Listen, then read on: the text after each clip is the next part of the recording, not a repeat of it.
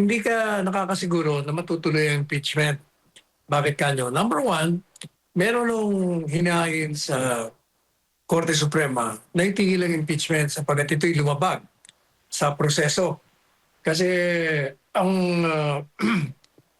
ini ini-refer sa Senado ay yung pang-apat na impeachment. Dapat yung una eh. Nilaktawan nila yung tatlo. Kaya may problema na agad sila doon. So baka hindi matuloy yan.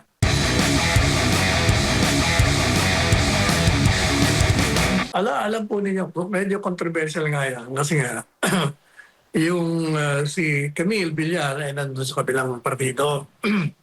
At yung isa naman, alam nating namangka sa dalawang ilog. Questionable yung kanyang karakter at integridad. Kaya naging controversial. But as I said, may kadahilanan personal sa party ni Inday Sara na ini-endorse niya. Nasa sa atin na ho yun. Tayo naman, meron tayong mga sariling pag-iisip din. Ngayon, merong mga nag-a-analyze that the reason why the endorsement was made is because daw kailangan ng boto sa impeachment pag nanalo. Ako, iba ang tingin ko dyan eh. Kasi unang-una, hindi ka nakakasiguro na matutuloy ang impeachment.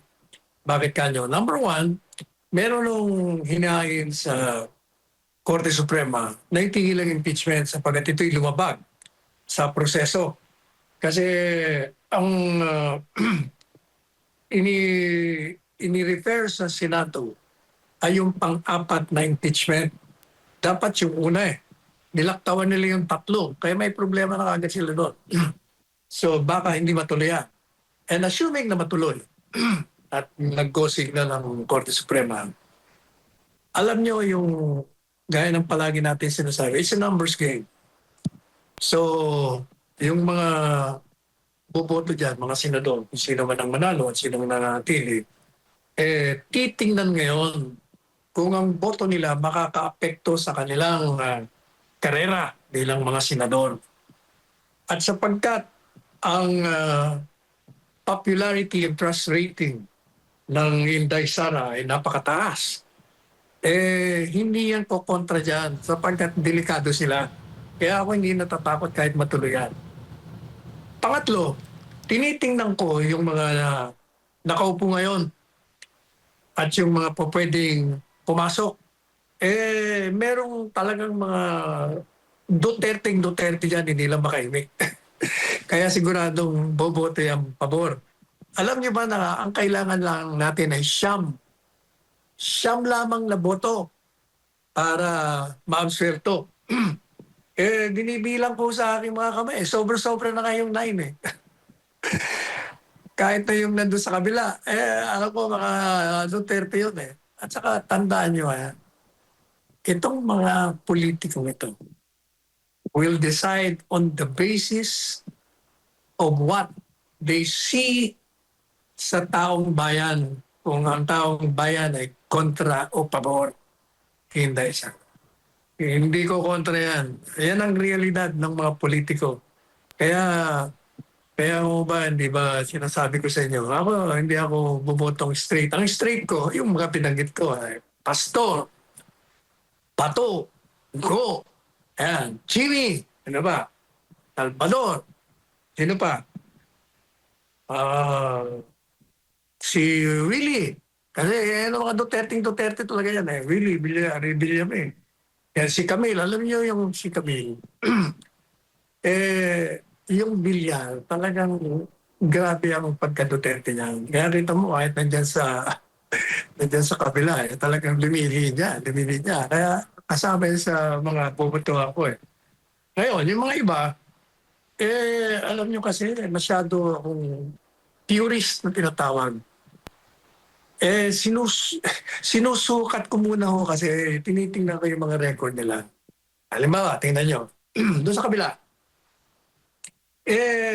Merong mga naglalarawan sa mga sarili nila na sila ay lumalaban sa irregularity, sa illegalidad. They present themselves as righteous persons. And yet, yung ginawa kay Pangulong Duterte, tahimik sila. O sino? O nga, wala na natin. Mga kaibigan ko rito.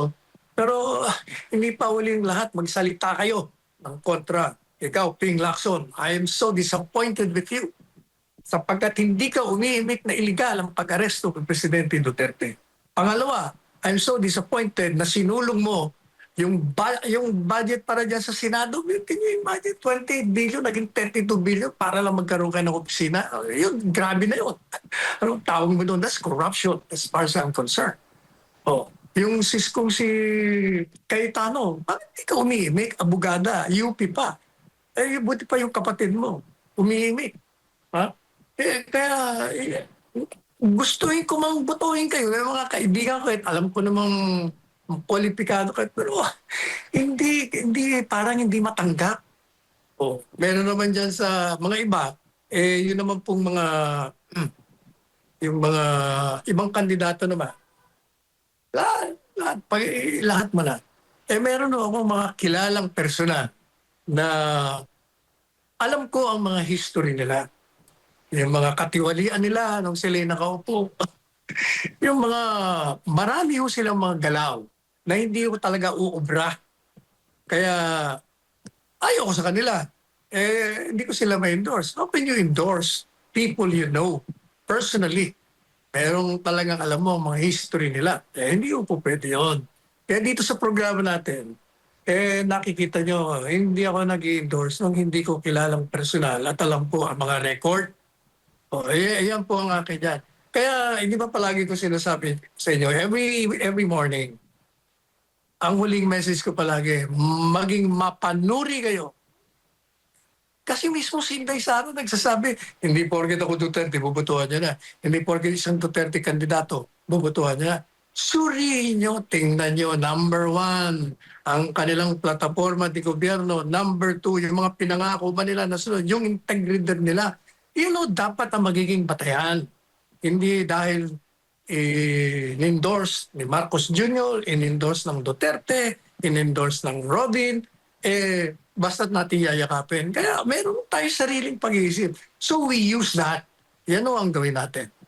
Mabuting-mabuti kung Pastor Kibuloy lang, pikit mata, kasi alam ko na ang record niya. Bubutuhan natin. Thank you very much, Attorney Sal. Of course, importante talaga yung character and prinsipyo ng each candidate para i-consider ng mga botante.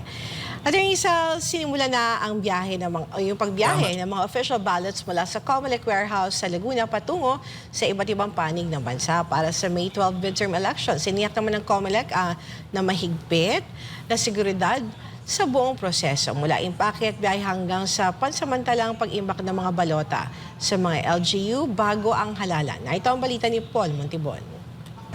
Pinangunahan mismo ni Comelec Chairman Attorney George Garcia ang makasaysayang deployment ng mga balota, isang kritikal na yugto sa halalan mula sa Comelec warehouse sa Laguna patungo sa iba't ibang rehiyon ng bansa. Bilang bahagi ng seremonyang isinagawa, umarangkada ang paunang deployment na kabuuang 3,576 bundles ng balota na nakalaan para sa Bangsamoro Autonomous Region and Muslim Mindanao o BARM, isang rehiyong may sensitibong papel sa eleksyon. Kabilang sa mga naunang napadalhan ay ang lalawigan ng Basilan na tumanggap ng 440 bundles at ang Tawi-Tawi na may 368 bundles na inaasahang tatanggapin naman sa Zamboanga City Port. Kasunod nito, ipinadala rin ang 686 bundles ng balota para sa Maguindanao del Norte at 610 bundles naman para sa Maguindanao del Sur. Hindi rin nakaligtaan ang mga lugar sa Special Geographic Area na nakatakdang tumanggap ng 154 bundles ng balota sa Davao City Port, habang ang Lanao del Sur naman ay inaasahang makatatanggap ng 1,318 bundles na ibababa sa Cagayan de Oro City Port. Mula dito sa Comelec warehouse dito sa Laguna ay sinimulan na ang deployment ng mga opisyal na mga balota na gagamitin para sa May 12 midterm elections. Mula dito sa Laguna ay idediretso ito sa mga piling mga lokal na pamahalaan. At pagdating naman sa LGU, ilalagay ang mga ito sa Treasurer's Office at saka naman kukunin ng mga miyembro ng DEIs at dadalhin sa mga barangay o mga presinto sa araw na ng botohan. Isang kahon isang presinto ang nire-representa dyan sa bawat bayan. Ang laman ng kahon nakadepende sa kung ilan naman yung mga botante sa bawat presinto na yan. So kung ang botante ay 800, 800 balota ang laman ng kahon na yon. Walang labis, walang kulang, hindi pwede magpasobra sapagkat ang ating pong ratio 1:1. Isang presinto, isang botante, isang balota. Wala po tayong pasobra bawat isang presinto. So tatandaan natin na napaka-importante ang kung ano yung naka-assign sa bawat presinto, yun na makakarating sapagkat precinct specific ang ating mga makina. Ibig sabihin, hindi tatanggap yung makina ng mga balota na hindi naman naka-assign sa presinto na yon. Bago sumapit ang Mayo 1, target ng COMELEC na maipadala na sa lahat ng lokal na pamahalaan ang mga balota at vote counting machines upang agad na masimulan ang testing and sealing ng mga Board of Election Inspectors. Isa itong mahalagang hakbang sa masusing paghahanda para sa mismong araw ng halalan sa Mayo 12. Samantala, upang maiwasan ang insidente ng pagpapalit-palit ng mga balota, Meron po kaming resolution na ka-approve lang po namin. Binibigyan namin ng authority ang Treasurer's Office at ang election officer. Siyempre, coordinated sila dapat na dalawang opisina. Pag dumating, una ang instruction namin sa election officer, inform all political parties, inform all the candidates, inform all the citizens armed and cause-oriented groups doon sa area na padating na yung mga balota ng ganitong araw sa opisina ng treasurer. Pwede sila magpabantay, pwede sila magpa-observe sapagkat isa sa mga gagawin ng treasurer base sa aming binigay na authority, bubuksan yung pinaka-gitna niyan, meron siyang parang window na pwedeng buksan. Bubuksan, makikita nila kung anong precinct number yung mismong intended ng balota na yan. Para kung hindi siya at nagkamali, halimbawa worst case scenario, may pagkakataon pa na madala ka agad doon sa intended na lugar yung mga balota na yan. para naman sa mga may pagdududa kung makakarating ba sa tamang oras ang mga balota dulot ng kakulangan sa panahon. Ito po yung kauna-unahang batch, talaga pong huli na dinidistribute ang mga balota. Hindi po namin pwedeng i-distribute ng maaga sapagkat may posibilidad biglang mawala, biglang nakawin o kung ano man mangyari doon sa balota. Base po sa aming kasaysayan, lagi na lang sa kasaysayan ng COMELEC sa ganitong pagdidistribute ng mga balota. Una, huli ang balota at number two, eksakto lagi yung bawat araw. Estimado na po namin yon kung anong araw darating yung mga balota po na yan doon sa mismong lugar kung saan intended. Batay sa pinakahuling datos mula sa Commission on Elections, umabot na sa 68.43 million Pilipino ang rehistradong botante para sa May 12 midterm elections. Isang patunay ng patuloy na interes ng mamamayan sa demokratikong proseso ng bansa. Inaasahan na sa mga susunod na araw ilalabas na ng COMELEC ang detalyadong porsyento ng mga balotang na ipamahagi na sa bawat lokal na pamahalaan bilang bahagi ng transparency at monitoring ng election logistics. Sa kabila ng lawak ng operasyon, muling tiniyak ng COMELEC na ligtas at maayos ang biyahe ng mga balota kasama ang mahigpit na pagbabantay ng mga otoridad at tulong ng iba't ibang ahensyang katuwang sa pagtiyak ng integridad ng halalan.